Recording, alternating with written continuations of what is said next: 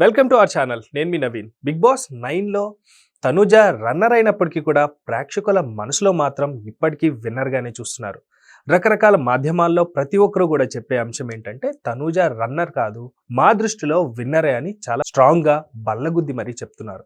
అయితే రీసెంట్గా జరిగిన బిగ్ బాస్ బజ్ కార్యక్రమంలో మాట్లాడుతూ కొన్ని సందర్భాల్లో కొన్ని సన్నివేశాలు పంచుకుంటున్న తరుణంలో కెమెరామెన్లు కూడా కంటతడి పెట్టిన అంశాలు అయితే మనకు వస్తున్న అప్డేట్గా తెలుస్తుంది. సో దాని గురించి మనతో మాట్లాడడానికి సీనియర్ అనలిస్ట్ జగదేవ్ గారు ఉన్నారు. సార్తో మాట్లాడు. నమస్తే అండి. నమస్తే Naveen. So Big Boss 9 Tanuja winner ఇది ఫిక్స్ అయిపోయింది, కానీ బిగ్ బాస్ దృష్టిలో కాదు, ప్రేక్షకుల దృష్టిలో. కానీ సీన్ కట్ చేస్తే తనూజ బిగ్ బాస్ బజ్లో మాట్లాడిన ఆ కొన్ని మాటలు అక్కడున్న కెమెరామెన్లు సైతం కళ్ళంట నీళ్లు తిరిగిన అవునండి అప్డేట్స్ అయితే మనకు వస్తున్నాయి సార్. సో దాని గురించి మీరేమంటారు? మొదటి నుంచి కూడా తనూజ ఆమె ఆడే వైనం కానీ హౌస్లో ఉండే సభ్యులతో ఉండే ఇంటరాక్షను ఇవన్నీ కూడా చాలా క్లియర్గా జాగ్రత్తగా మెయింటైన్ చేసింది ఆవిడ.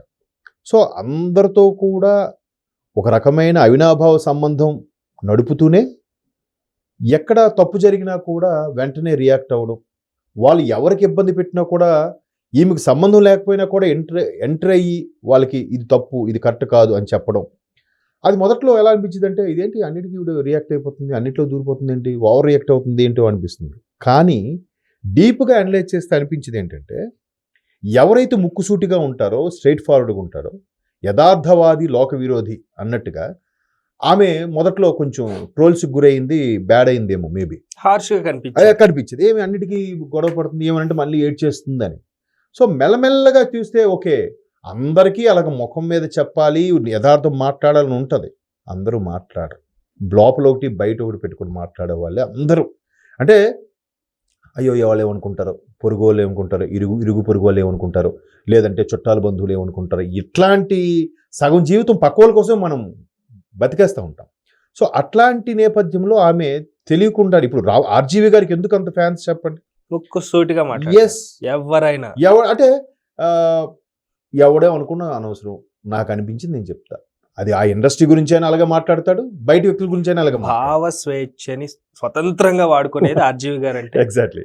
సో అలాగా తనూజ గారికి ఒక హైప్ రావడం, తర్వాత మా టీవీ కూడా డిసైడ్ చేసేసింది బనిజాయ్ టీం కూడా తనూజకి ఇవ్వాలనుకుంటుంది. బట్ అలా ఇవ్వాలనుకుంటుందనే ఒక బ్యాడ్ ప్రాపగాండా స్టార్ట్ అయింది. అంటే ఆమె ఆడినా ఆడకపోయినా అందరితో సఖ్యంగా ఉంటుంది కదా, అందరినీ మెప్పించేస్తుంది కదా, అందుకే ఆమెకి ఇచ్చేయాలని బిగ్ బాస్ డిసైడ్ అయిపోయాడు, లేదా బనిజాయ్ టీము డిసైడ్ అయిపోయింది అని ఒక పుకారు పుట్టించారు తప్ప అది యథార్థంగా అందరికీ నచ్చేసే కాన్సెప్ట్. ఇప్పుడు ఫైనల్కి వచ్చిన తర్వాత ఆమె చిన్న చిన్న గేమ్స్లో కూడా ఓడిపోతే కొన్నిసార్లు పెద్ద పెద్ద గేమ్స్లో కూడా గెలిచింది. ఒక మహిళ అయ్యుండి అంటే దాన్ని కొద్దిగా హార్డ్గా కొంచెం బలంతో చేయాల్సిన పనుల విషయంలో కూడా ఆమె నెగ్గుకొచ్చింది. ఆ తర్వాత ఆమెకు చేయి పట్టడమో కాలు పట్టడమో అయినా జరిగినా కూడా ఆడిందిగా. పార్టిసిపేషన్ ఎంత గొప్ప విషయం. పైగా ఎలాంటి వాళ్ళు ఉన్నారు, ఇప్పుడు ఇమాన్యుల్ ఉన్నాడండి, ఆయన Jabardasth artist, crazy artist, comedian, మొదటి నుంచి కూడా హైప్లో ఉన్న వ్యక్తి ఆయనే. బట్ టాప్ 5కి వెళ్ళాడు కానీ టాప్ 3లో కూడా ఉండలేకపోయాడు. మరి దీన్ని ఏమంటారు? ఆయన్ని కూడా తనుజనే తీసేసిందా? కాదు కదా. ప్రేక్షకులు ఓటింగ్ బట్టి కూడా కొంత ఉంది. ఇకపోతే మొన్న ఫైనల్గా ఇచ్చిన తర్వాత కళ్యాణ్ విన్నర్ అని చెప్పిన తర్వాత చిన్న గేమ్లో ఓడిపోతే ఫీల్ అయ్యే తనూజ ఆ రోజు ఎందుకు ఏడవలేదు? మేబీ నేను ఎక్కడి వరకు వచ్చాను అనుకుందా? నేను ఒక అమ్మాయిగా ఎంట్రీ ఇచ్చి, అది కూడా ఒక కన్నడిగురాలు ఆమె, అటువంటి ఆమె ఇక్కడ తెలుగు బిగ్ బాస్లోకి వచ్చి అంత బాగా మెప్పించి రన్నర్ వరకు వెళ్ళిందంటే గెలుపు ఆమెదే, మానసికంగా గెలుపు ఆవిడదే. ఒక విధంగా తెలుగు కదా, తెలుగులో టాప్, తెలుగు చాలా చక్కగా నేర్చుకొని మాట్లాడుతూ. ఇకపోతే ఈ క్రిస్మస్ రోజు ఈవినింగ్ 7 గంటలకి ఆ ప్రోగ్రామ్ మీద బస్ ఏంటంటే ఎవరెవరైతే నాకు ఓటేసి సపోర్ట్ చేస్తారో వాళ్ళందరితో నేను మాట్లాడతాను, చిట్చాట్ చేస్తానని చెప్పి, అంటే గ్రాట్యుటీ కదా. అక్కడ విశ్వాసం ప్రకటించుకుంటుంది. చెప్పాలని ఏం లేదు, అయిపోయింది కదా, నా డబ్బులు నాకు వచ్చాయిగా, నా పని అయిపోయిందిగా, ఇంకా సంబంధం ఏముంది. అండ్ మొదటి నుంచి కూడా ఆమె స్పెషల్ థింగ్ ఏంటంటే, ఆమెలో ప్రత్యేకమైన విషయం ఏంటంటే ఆమె చేతిలో పవర్ ఉన్నా, అవును, ఎవరినన్నా ఎలిమినేషన్ నుంచి బయటికి తీసుకురావాలన్నా, అవును, ఇవన్నీ ఉన్నా కానీ కేవలం ప్రేక్షకులు ఏది ఇచ్చారో ఆ నిర్ణయమే నేను ఫాలో అవుతానా ఒక్క గొప్ప విషయమే కానీ అదే కొంప ముంచిందేమో అనిపిస్తుంది లాస్ట్ మినిట్ లో. అంటే ఇది లాస్ట్ ఇప్పుడు ఆ రోజు కళ్యాణ్ ఎలా మాట్లాడో చూసారా, నేను ఆ రోజు అగ్ని పరీక్ష రోజు వచ్చాను, కొడతానన్నాను, కొట్టానని చూపిస్తాడు. అంటే నువ్వు అనుకుంటే అయిపోతుందా? పిక్చర్ అభి బాకీ హై అన్న డైలాగ్ ఏదో వచ్చింది కాబట్టి అయిపోయింది, కానీ ఈయన ఎప్పుడో ఈ 7th week 8th week eliminate అవ్వాల్సిన మనిషి ఎట్లా మరి? అంటే అఫ్కోర్స్ బిగ్ బాస్లో బళ్ళు వాడలు అవుతాయి కాదనట్లేదు. కొన్ని సందర్భాల్లో చెప్పింది చేయకుండా మోసం చేసి వేరే చేయడం కూడా చేశారు. ఇంకా డీమాన్ పవన్ బెటర్ నా దృష్టిలో కళ్యాణ్ కన్నా. ఎందుకంటే డీమాన్ పవన్కి ఒక మైనస్ ఏంటంటే రీతుతో క్లోజ్గా ఉన్నాడు అనే ఒక ఎక్కువగా ఇష్యూ అయ్యిందే తప్ప కళ్యాణ్ కన్నా ఇంకా ఎక్కువగా ఆర్గ్యుమెంట్స్ పెట్టుకోకుండా ఉన్నది డీమాన్ పవన్. కూల్ గేమ్ మరి ఈయనకి ఎందుకు ప్రయారిటీ? పైగా మొదటి నుంచి కూడా నాకెందుకు నచ్చిన అంశం అండి, దయచేసి కళ్యాణ్ ఫ్యాన్స్ ఏమనుకోవద్దు, ఆయన ఒక మిలిటరీకి వెళ్ళి ఎందుకు వచ్చేసారు?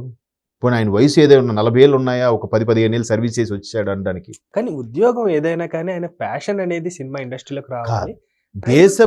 దేశభక్తి కోసం ముందు అది కేటాయించి అప్పుడు రిటర్న్ వచ్చి అదేమో ఫస్ట్ ఆ హరీష్ ఆయనలాగైనా పోనీ అంత వయసోడు కాబట్టి మిలిటరీ చేసి వచ్చేసంటే పర్వాలేదు, కానీ తల్లిదండ్రుల ప్రోద్బలంతోనే వెళ్ళాను బట్ నా ప్యాషన్ ఇదేనంటే నీకు దేశభక్తి దాని లేదా?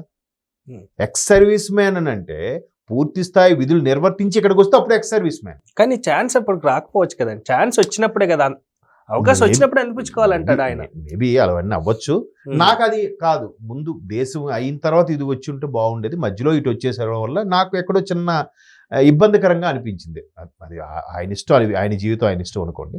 సో ఇప్పుడు తనూజ అందరికీ గ్రాట్యుటీ చెప్పడము, అందరికీ మనసు విప్పి మాట్లాడడం, ఈవెన్ ప్రేక్షకుల వీక్ జరిగింది, ఒక week 11th week 10th week నాకు గుర్తులేదు, కానీ ప్రేక్షకులు ఆ లాన్లోకి వచ్చి మాట్లాడినప్పుడు ఇద్దరిని అలౌ చేశారు. ఎక్కువగా ప్రేక్షకులు మాట్లాడాలనుకుంటే ఇద్దరితోనేనంట, తనూజ గారు ఒకరిని, భరణి గారు ఒకరిని. వీళ్ళిద్దరే వచ్చి ప్రేక్షకులతో మాట్లాడిన అందరూ కూడా తనూజ గారు అన్నారు. ఇది కేవలం బిగ్ బాస్ తనూజానే విన్ చేయాలనుకుంటున్నాడేమో అందుకే ఆమెకే తీసుకొచ్చాడు కాదు, ప్రేక్షకుల నుంచి వచ్చిన వాళ్ళు. ఈవెన్ ఎవ్రీ వీకు నాగార్జున గారు మాట్లాడిన కూడా ప్రేక్షకులు ఓటింగ్, తనూజ పర్ఫార్మెన్స్ ఎలా ఉందంటే ఓటింగ్ వేయడము, ఆమె ఎలా బిహేవ్ చేసిందంటే దాని మీద ఓటింగ్, అవన్నీ కూడా జెన్యూన్గా వచ్చేగా. అక్కడ కూడా బిగ్ బాస్ గేమ్ ప్లే చేయాలనుకోలే. బట్ నేను అనుకోవడం, ఎందుకో ఏ బ్యాక్గ్రౌండ్ లేకుండా వచ్చి ఒక కామన్ మ్యాన్గా వచ్చిన కళ్యాణి గెలిపిస్తేనే క్రేజ్ ఉంటుంది బిగ్ బాస్కి. నెక్స్ట్ దీనికి ఇంకొంతమంది ప్రయత్నిస్తారు కదా, కొన్ని 100 మంది ప్రయత్నిస్తే కదా వాడి క్రేజ్. అందరూ అప్లికేషన్లు పెట్టుకొని వస్తే అదొక ఇన్కమ్ సోర్స్ కదా. అలాగా లాస్ట్ టైం పల్లవి ప్రశాంత్కి ఎలాగైతే ఇచ్చారో అప్పుడు కూడా అమర్దీప్కి బాగా ఫైట్ చేశాడు. శివాజీ గారు కూడా ఉన్నప్పుడు శివాజీ గారికి ఎందుకు ఇవ్వలే? మరి అప్పుడు పల్లవి ప్రశాంత్కి ఇచ్చారు. ఇప్పుడు కూడా కామన్ మ్యాన్ కాబట్టి కళ్యాణ్కి ఇస్తే ఓకే, ప్రతి కామన్ మ్యాన్ కూడా ట్రై చేయొచ్చు అని బిగ్ బాస్లో ఎగబడతారుగా, రేటింగ్ వస్తుందిగా. ఆ కాన్సెప్ట్ తనూజాకి ఇవ్వకుండా ఈయనకి ఇచ్చారేమో నేను అనుకుంటున్నాను. ఓకే, లేదంటే తనూజ మ్యాక్సిమం, ఎందుకంటే చాలా మంది అనలిస్టులు కూడా బిగ్ బాస్తో చెప్పినప్పుడు తనూజాకే మ్యాక్సిమం వచ్చే అవకాశాలు ఉన్నాయండి అని కూడా చెప్పారు. లాస్ట్ ఒక్క మాటలో చెప్పాలంటే ఇప్పుడు ఈ సన్నివేశం ఎలా చూడాలి? అంటే ఏది ఏమైనా రాలేక చేతులు అంతే ఏం చేయలేం, కానీ మనసులు గెలుచుకోవడం అనేది ఇప్పుడు ఆవిడకి మరి కొంచెం ప్లస్ పాయింట్ అవుతుంది అవకాశాల విషయంలో కానీ, క్రేజ్ పరంగా కానీ. ఇంకోటి కూడా చిన్న సెంటిమెంట్ ఏంటంటే బిగ్ బాస్లో విన్నర్ ఎవడు కూడా తర్వాత కెరీర్లో ఎక్కడ కనబడలేదు. మీరు ఎవరైనా చూడండి. రైట్ అండి, thank you sir, thank you so much. Thank you.